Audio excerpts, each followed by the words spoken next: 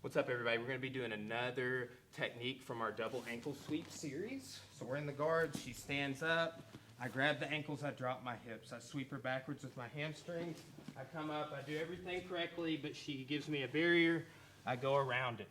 I seat belt, okay?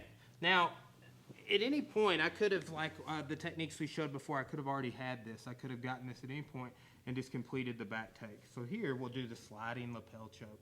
All right, so what we're doing is we pull the slack out of that. A lot of times that'll do it, but then we add a little bit here with our wrist turning and our gripping, and we get that single lapel choke, okay? So one more time on that, sliding lapel choke rather. We go around it. See, look, I picked that lapel up right there. Boom.